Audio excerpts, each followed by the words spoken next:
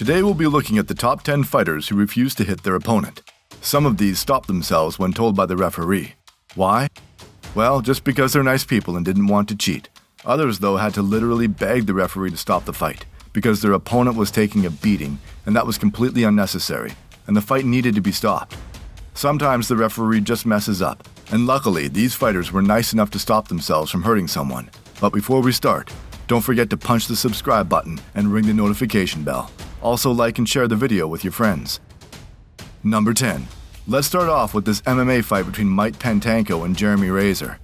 Pentanco was winning the fight big time, putting on a serious beating on poor Jeremy Frazier, but then suddenly the most unexpected thing happened. Yeah, you just saw that right. The guy winning the fight tapped out.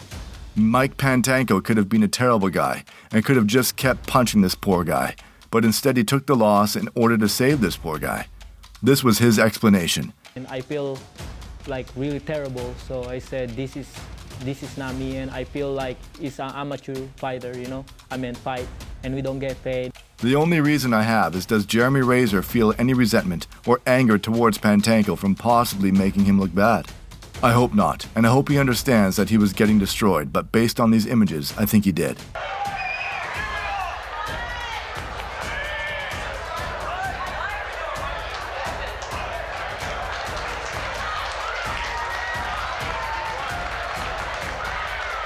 Number 9.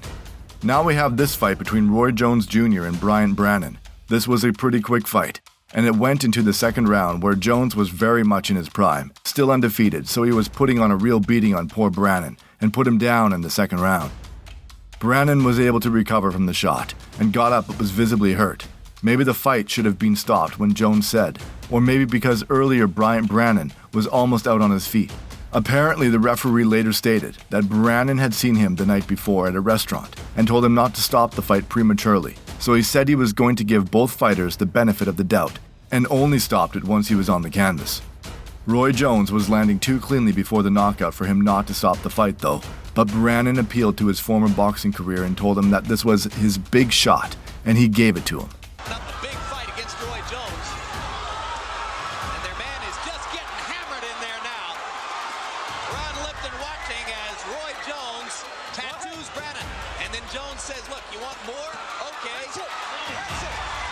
Number 8. Now we go to MMA with Francisco Trinaldo beat Herbert with a devastating right hand. This was a long, hard battle between the veteran Trinaldo and debuting Herbert, but in the third round Trinaldo landed this overhand left. This was kind of a delayed knockout, and he went over and looked at the ref signaling that he was out and to stop the fight, but the ref Herb Dean wanted a little more action. But there were some unnecessary punches that landed, and he finally stopped the fight. Later, Dean mentioned that he heard somebody shout from the outside of the octagon to stop the fight, and it turned out to be former MMA fighter Dan Hardy. Just effortless with that. What a knockout! It's not over. Come on! It's not over. Stop the fight! It's done now. Ronaldo gets the win by knockout. That's 2 times. Number 7. Carlos Monzon had an amazing career, fighting 100 times and only lost 3 of them. In his final fight against Rodrigo Valdez, which was their second meeting after Monzon won the first fight, Monzon was defending his belt, and he even got knocked down in this fight in the second round. Later in the third round, Valdez slipped in the corner, and Monzon held himself back. Monzon could have easily let go of his hands, landing punches on Valdez, who wouldn't be able to really defend himself, but instead he held back and let him get situated again. This is incredible restraint by Monzon, and it just makes him look like a great and respectable champion. Monzon did end up winning the fight by unanimous decision. Finish him, can he really pile it in? He's a bit too wily though, that Monzon, he'll hang on, he'll waltz him around. There he is, see, hanging on there, it's against the rules, but you can't blame a fighter for doing that when he's hurt.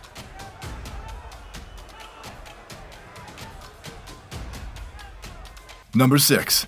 Back in 2015, Willis Meehan was boxing against Lee Tato in the heavyweight division and was beating him really clearly.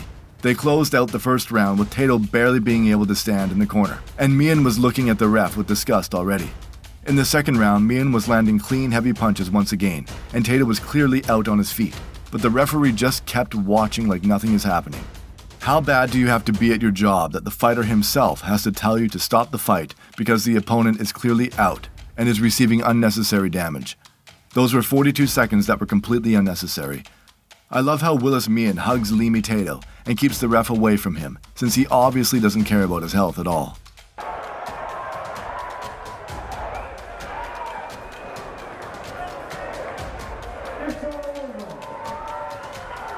Number 5. Nigel Benn was a very hard-hitting middleweight champion that had 35 knockouts in his 42 wins. In one of his early career fights against Chandler, it took one round for the fight to end. Benn could have easily landed 2 or 3 more shots on Chandler in the sequence, but he showed his great sportsmanship and restraint by holding back, knowing that Chandler was already out, and this fight was already decided. You see tons of fights where boxers keep landing shots, even when the opponent has already put his hand or knee on the ground, but Nigel Benn is a really nice boxer. For my money, the most exciting prospect in British boxing at the moment, Nigel Benn in the golden trunks.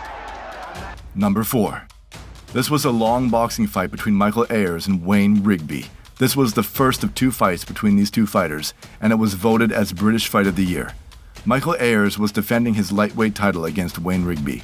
By the 10th round, they were exchanging a crazy amount of punches, but Rigby was hurt by a couple of right hands, and Ayers asked the ref to stop the fight. I don't know if the ref should have stopped this fight, but Rigby was clearly hurt and was extremely tired, almost falling down multiple times. It wasn't until Rigby and Ayers basically agreed to stop the fight that the referee finally called an end to the fight.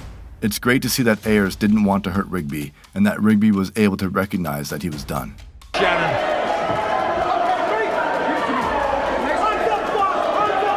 He has another 15 seconds before he can get that advice. Doesn't look as if he needs an awful lot at the moment. Number 3. Now we have this boxing fight who many thought was a huge mismatch and never should have happened between the undefeated heavyweight champion Larry Holmes and Marvin Frazier, who only had 10 fights up to that point. The fight only lasted 1 round, including this first knockdown. Frazier got up at the count of 8, but Larry Holmes just moved in to win the fight.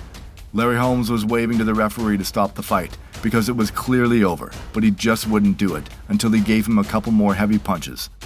Holmes then explained later that he didn't want to hurt anybody and wanted the referee to step in.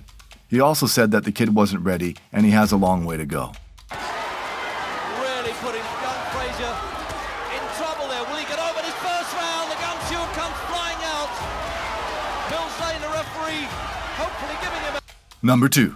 Now we go back to a boxing fight between Bo Jack and Ike Williams. Williams was a champion and Jack was trying to regain the title. The first 3 rounds were close, but Williams finally started to penetrate Jack's defenses. In the 5th round and in the 6th round, he really started to land punches. Jack was completely out on his feet with Williams landing incredibly hard punches, but the referee was a complete fool that day and just kept dancing around trying to look at the fight from all angles. But he just couldn't see any reason to stop it. I don't know how that's even possible, but he didn't stop it until Williams asked him to step in, and he still refused one more time. So Williams landed a couple more brutal punches and the ref finally stopped it. What a horrible job that was. He probably should have stopped it before they even got to the corner.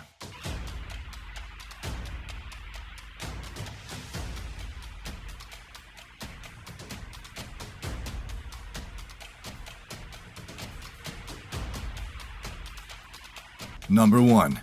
Here is an incredible stop by this kickboxer who was putting a pretty good beating on her opponent, and in one of those sequences this incredible pullback happens.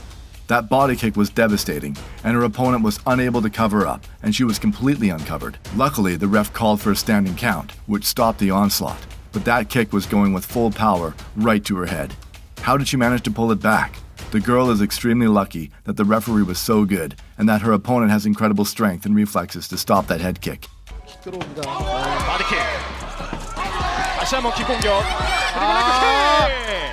And that is how we conclude this video. Out of all these clips, which one was your favorite? Let me know in the comments below, and I will handpick and feature your comment in the next video, so don't forget to comment. If you enjoyed the video, please make sure you hit the like button to show your support. It was a pleasure to talk to you guys. Please like and share the video with your friends. Until next time.